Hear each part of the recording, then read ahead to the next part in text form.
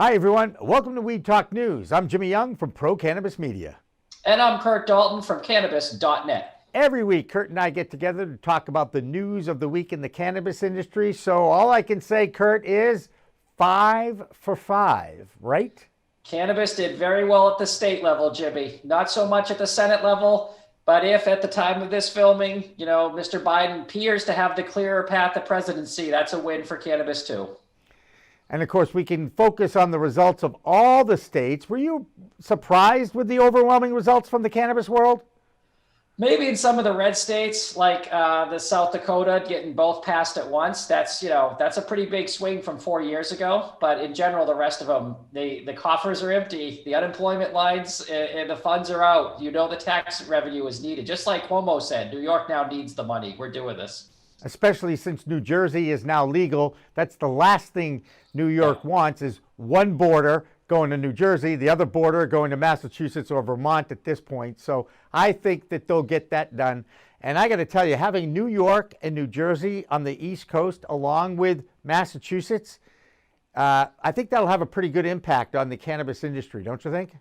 Well, I think looking at even the numbers, are we up to about 42 or 43 that have some form of a program, cannabis program, and then I think 15 are rec?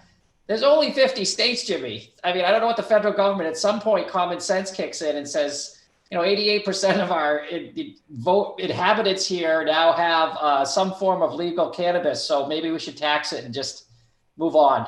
And create some jobs. As you know, there was another little item on the ballot box this week, the presidential election. And at the time of this recording, Democrat Joe Biden leads Republican President Donald Trump in the popular vote and in the Electoral College with 264 electoral votes. He only needs 6 more to get to the magic 270, while President Trump is at 214. Now, there are a number of contested states still counting ballots. Kurt, for cannabis advocates, though, good news so far, but a tempered result for many Democrats who had hoped for a sweeping change, as you mentioned, in the Senate and in the House, and that has not happened.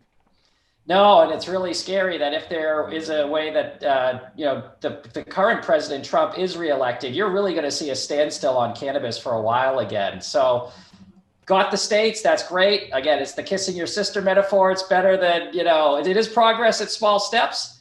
But obviously the Senate would have been the crusher. If you get that and you get the presidency, you'd see it happen in 2021 with no resistance. But I still think this is going to happen where it's going to get done in 2021. I think President Biden, assuming that's who it is, will go further than just decriminalize. That's what he's saying to get the moderate vote.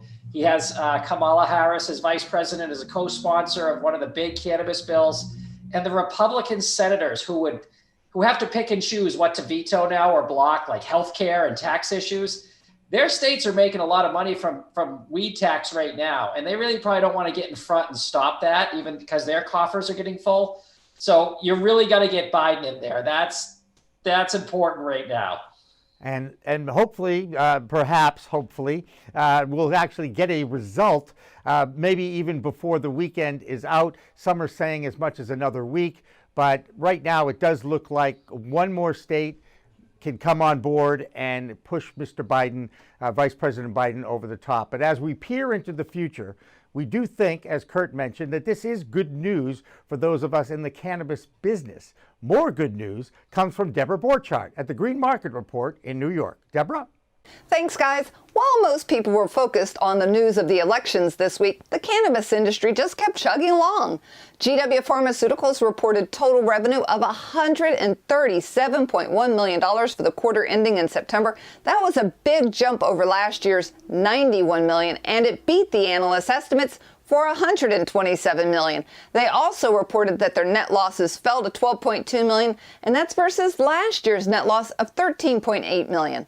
TerrAscend announced preliminary financial results for its third quarter ending in September. They had net sales of $51 million, and that's an 8% jump sequentially and a 90% increase over last year. Aphria entered into an agreement to acquire SW Brewing Company, which is one of the largest independent craft brewers in the U.S. based on volume. That deal is valued at $300 million. Now, despite cannabis beverages having very little market share in the cannabis industry, The stock market cheered and their shares jumped on the news.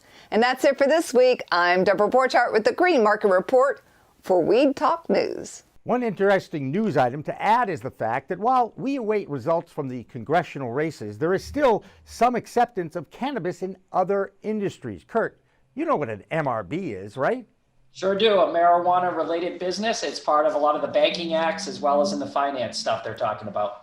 And since both our companies are MRBs, one of the challenges we all face is normalcy with anything having to do with finances, the 280E tax code, or retirement benefits for employees. And sure enough, I found one company that has figured out how to offer 401k plans for MRBs, Asset Strategy in the Boston suburb of Natick, Massachusetts.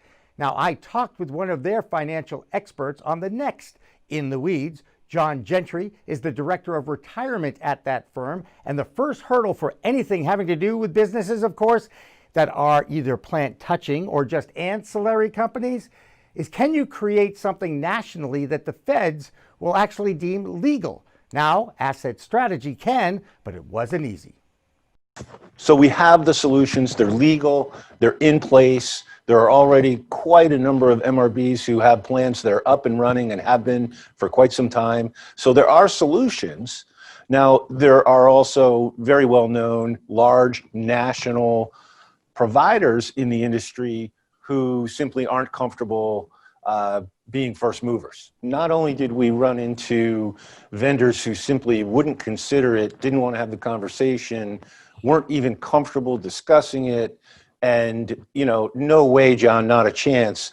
There's just too many federal potholes to step in, and we're going to wait until everything is absolutely safe, right? So we ran into that. Not only that, we also ran into directly from MRBs where we were suggesting they should install a retirement plan, and they pushed back saying that it couldn't be done. And that's simply because they had tried and they finally gave up. And not realizing that the industry has evolved, the retirement plan industry has evolved to catch up to the cannabis industry so that, you know, the retirement business can service the cannabis industry. And, you know, it's actually a really exciting time. Wow, that's fantastic news, Jimmy, because anything to do with finance, retirement, and benefits for cannabis companies are a complete disaster right now. So that's really great news to hear that they have a solution for cannabis business. Absolutely. And one international news item we want to share, because we've talked about New Zealand's vote to legalize cannabis. Well, unlike the newest 5 states in the United States, that measure failed in New Zealand. And Kurt, wouldn't you know it, their newly elected Prime Minister, Jacinda Ardern, comes out in favor of legalization after the vote. Does that make any sense? No, that's the scuttlebutt. We did a big story on Germany voting down recreational marijuana as well as New Zealand. And New Zealand's Prime Minister did not announce her affinity for or against till after the vote. So a lot of the pro-cannabis people in New Zealand are a little bit disgusted that if that's what you thought, say it up front. It might have swung the vote enough. It's a little bit of a debate, but she would not, at the end, after the vote, she said she did support it. So I don't know, you know, if you're going to support something and you're elected, I don't know if you get to do that, you know, hide behind the Monday morning quarterbacking, as we like to say. Absolutely. And by the way, do you know who the U.S. ambassador to New Zealand is by any chance? John Twitchell. No. I took a shot. You did take a shot, and I appreciate that. I thought you'd say Dennis Rodman, but that's not right either. No, that's North Korea. Yeah. That's right, I forgot. No, it's former shooting guard for the Mighty Jumbos of Tufts University, Scott Brown, also known as Ayla Brown's dad and a former U.S. Senator. By the way, in college, he was not a fan of cannabis because I actually roomed with him at the basketball house for about a month at Tufts, and let's just say he moved out. Anyway, basketball and weed, sports and CBD, what can I tell you? Now it's time to toss to our main man, Ry Russell, with this week's main report. Ry? Ry Russell from Weed Buds Radio with your main cannabis report for Weed Talk News. Cannabis has made it to many ballots across the nation, and that includes Maine's largest city of Portland, or maybe we should call it Potland after this favorable vote. Portland residents have voted in favor of all cannabis-related topics for the past 7 years, and this year was no different. The city of Portland voted to remove the cap on licenses that was originally slated for 20 stores. And in addition to that, residents also voted to reduce the mandatory buffer between licensed cannabis establishments from 250 feet to only 100. According to election data, the question to remove the cap won by 6 points, with a total of 20,000 individuals voting in favor of this reform. Thank you for tuning in to your Maine Cannabis Report. I'm Rye Russell from Weed Buds Radio, reporting for Weed Talk News. The DEA has introduced a new rule about CBD that has angered many members of that new industry. The DEA has drawn a line in the sand, or in this case, hemp, a warning that if your plant tests over 0.3% THC, you can be prosecuted under the Controlled Substances Act. Now, Kurt, descheduling from Schedule 1 is a priority if the results all stay the same now, right? Yeah, this is what's called hot hemp, which will push your crop above the 0.3. It's based on genetics as well as how it's grown. So that's going to be something that they're going to have to look at in Washington for honest mistakes. Yes, there will be people who blur the line and do it intentionally to get marijuana across the state line. Speaking of Washington, let's go right to Phil Adams of Vote Pro Pot Podcast. Hi, this is Phil Adams from Vote Pro Podcast, here with the Weed Talk News DC Report. Representative Earl Blumenauer of Oregon exulting over the sweep of cannabis reform initiatives in this year's election. During a Zoom call Q&A session, Blumenauer expressed his belief that the cumulative effect of the passage of medical and adult use ballot initiatives in 5 states will make federal legalization that much easier. This is what voters want, said Blumenauer. It is a continuation of progress that has been going on since 1996. Normal Executive Director Eric Altieri agreed, saying, quote, "These results once again illustrate that support for legalization extends across geographic and demographic lines. Voters approved legalization measures in Arizona, Mississippi, Montana, New Jersey, and 2 in South Dakota." In a related story, some DC-based cannabis industry lobbyists are downplaying expectations for federal legalization after Republicans appear to have maintained control of the U.S. Senate. Michael Correa, a lobbyist for the National Cannabis Industry Association, expressed tempered optimism, saying, quote, "I thought the Senate would switch, so I'm sort of recalibrating my expectations of what we think we can get." A lobbyist for the National Cannabis Roundtable, Safira Galoob, agrees, saying that with the defeat of Senator Cory Gardner of Colorado, legalization lost a key GOP advocate. A Republican Senate without Cory Gardner, said Galoob, is an industry without a Republican champion. We've never had a Republican who is as overtly and enthusiastically fighting for us. That's the Weed Talk News DC report for this week. I'm Phil Adams from Vote Pro Podcast. And finally tonight, actress Gwyneth Paltrow is not only one of the most talented in Hollywood, she is now in the weed game. Paltrow is a celebrity investor in Cann, C-A-N-N, a cannabis-infused beverage. She calls cannabis the hero ingredient of the future. Kurt, no surprise there. No, we actually did a big post, cannabis.net this week. The late crowd celebrities getting into the game, and she was included in it. The only problem I see with the THC crowd, I've done a lot of pieces on the mixing of alcohol. I don't think that's going to be a hit based on what your desired result will be from that drink. But if you're going to go THC only as a drink, it's the sticker shock. Right now, they're, depending on what state you're in, a beverage, a can, whether it comes in a bottle, is running between $7 and $9. Around 5 milligrams, maybe THC. So that it's a little bit of sticker shock when you go buy a 6-pack. And, you know, if you're going to break it down by price per gram or price per for THC, that's pretty expensive right now.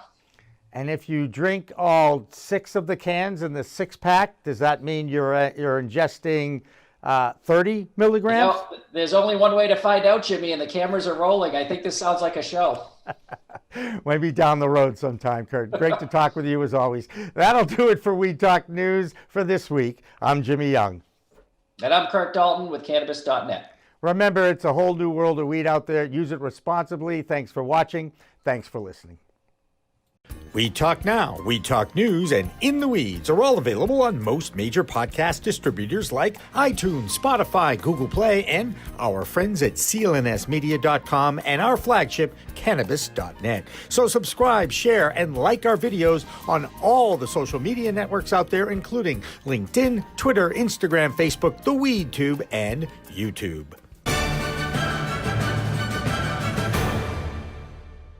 Weed Talk and In the Weeds are two productions of Pro Cannabis Media supported by Revolutionary Clinics, one of the top medical cannabis dispensaries in the Massachusetts area, now with 3 locations in Greater Boston, 2 in Cambridge and 1 on Broadway in Somerville. Rev Clinics has a patient-first mission. They will customize your needs as a medical patient with the proper titration and combination of strains, flavors, and products. Rev Clinics, where the patient comes first.